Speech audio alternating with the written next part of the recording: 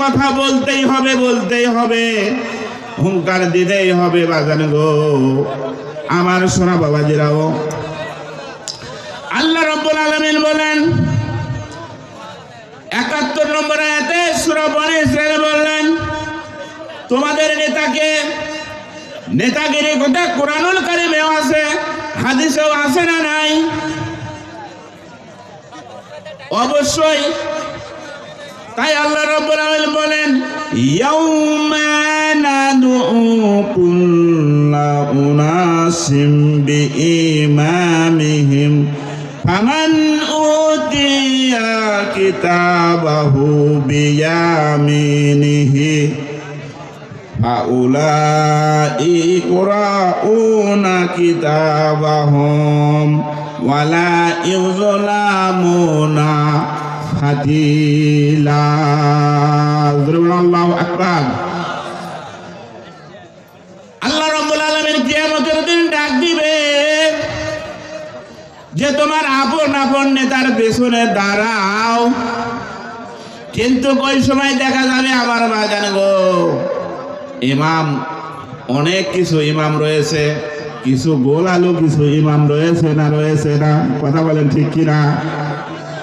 কারণ তারা আজকে মসজিদের চাকরি টেকার জন্যে আজকে মসজিদে হক কথা বলে না। অনেকে আমাকে বলে যে হুজুর হক কথা বললে থাকা যাবে না, বুঝলেন না? ঠিক না ঠিক? এই ধরনের ইমাম আছে না নাই? হক কথা বলতে হবে, খালি মসজিদের চাকরি টেকানোর জন্যই কিন্তু না, আপনাকে দায়ীউল আল্লাহর কাজ করতে হবে। কথা বলেন ও মুসলমান। তাহলে নেতাগিরির কথা আল্লাহ পাক কোরআনুল কারীমের মধ্যে বললেন যে আমি কিয়ামতের দিন ডাক দিব যে আপন নেতার পেছনে তোমরা দাঁড়াও। দেখা যাবে নাস্তিক ইমামের পেছনে অনেক সময় তাহাজ্জুদ বুঝার লোকও দাঁড়াবে। কারণ আল্লাহর কথা অনুযায়ী যদি ইমাম কি হয়, যদি বাম হাতে আমলনামা পাওয়া যায়, যতই আপনি তাহাজ্জুদ গুজার হন না কেন, কারণ আপনি ওই ইমামের অনুসরণ করেছি। কথা বলেন ঠিক কিনা? তাহলে একমাত্র নেতা হবে কি আমাদের মুহাম্মাদুর রাসূলুল্লাহ। তিনি 63 বছর জীবনে তিনি হীরাগোয়ায় বসে খালি শুধু ধ্যান করেন নাই, তিনি দায়ীউল আল্লাহর কাজ করেছেন। কথা বলেন ঠিক কিনা? কারণ আজকে আর অল্প কিছুক্ষণ সময়, কারণ আজকে এই কোরআনুল কারীম প্রতিষ্ঠিত করার জন্য আজকে অনেক আলেম ওলামা আজকে জেলের মধ্যে আবদ্ধ, এমনকি অনেকে শহীদ করে দেওয়া হয়েছে। কথা বলেন ঠিক কিনা? এমন কোরআনের পাখিকে শহীদ করে দেওয়া হয়েছে। কথা বলেন ঠিক কিনা? সেই কোরআনের পাখিদের একটি গজল বলবো, আপনারা শুনবেন। আল্লামা সাঈদী তুমি মরণায়, শহীদ হয়েছ তুমি ঠাই জানি।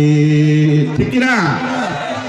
কারাগারে কাটালে 13টি বছর, বাতিল পিছে তোমায় দেখে থর থর, তুমি যে ছিলে মোদের নয়নমণি।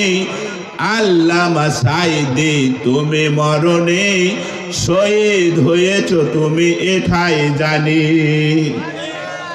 বলেন আল্লামা সাঈদী তুমি মরণায়, শহীদ হয়েছ তুমি এঠাই জানি।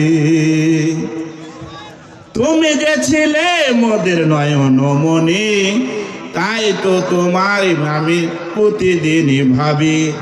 দেহ মাঝে যতদিন ছিল সব প্রাণ, বলেছিলে তুমি সেই পূর্বরই কালাম। ঠিক না?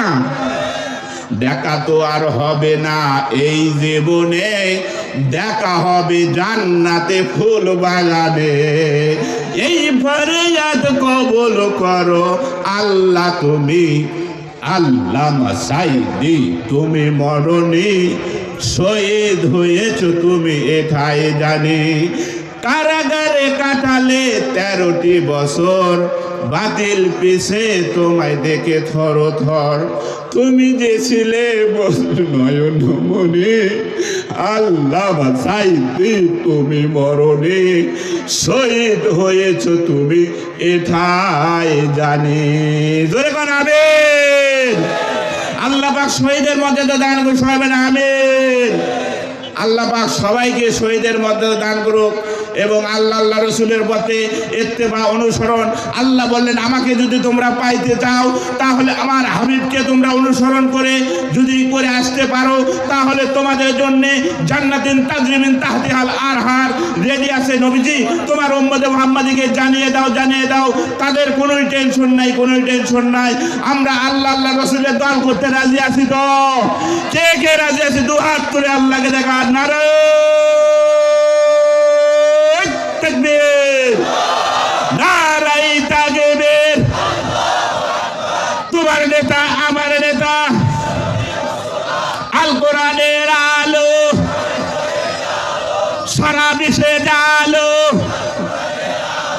বগুড়া জেলায় জালো, সংসদে জালো। তোমার নেতা আমার নেতা, নারায়ে তাকবীর। মাশাআল্লাহ। জবান খুলবেন, কারণ জবান দিলে বাতিল পন্থী আসতে পারবে না। কথা বলে ঠিক কিনা? কারণ আজকে আমার জবান নাই। আজকে আমরা দুনিয়ার জেল জুলুমের ভয় করি। দুনিয়ার জেল জুলুম ক্ষণিকের হাই, আখিরাতের জেলের কিন্তু কোনো সীমা নাই, ঠিক না? সেইখানে আমরা যেন মুক্তি সবাই পাই। ওরে ভয় নেই আল্লাহ যদি থাকে সহায়। দুর্গমগিরি পথ পাড়ি দিয়ে যায়, যুগে যুগে ইতিহাস লেখা দেখা যায়, বাতিলের শক্তি ক্ষয় হয়ে যায়, আল্লাহর শক্তির কোনো ক্ষয় নাই। সেই শক্তি তুমি দাও গো, ও গো দয়াময়। দুনিয়ার খেলা ঘরে এসেছো হাই, মরণ তো একদিন ধরবে তোমায়, তাহলে তোমার আর দেরি কেন ভাই? ওরে ভয় নেই আল্লাহ যদি থাকে সহায়। কেউ করছে মূর্তি পূজার সামনে রাখিয়া, কেউ করছে মানুষ পূজা দাফন করিয়া, ঠিক না? রাষ্ট্রশক্তি শয়তানি আসিয়া সবারে মনে দিল সেরেক বসাইয়া। কেউ করছে মূর্তি পূজা সামনে রাখিয়া, কেউ করছে মানুষ পূজা দাফন করিয়া। ওরে ভয় নেই আল্লাহ যদি থাকিস সহায়। ধরে মারবা।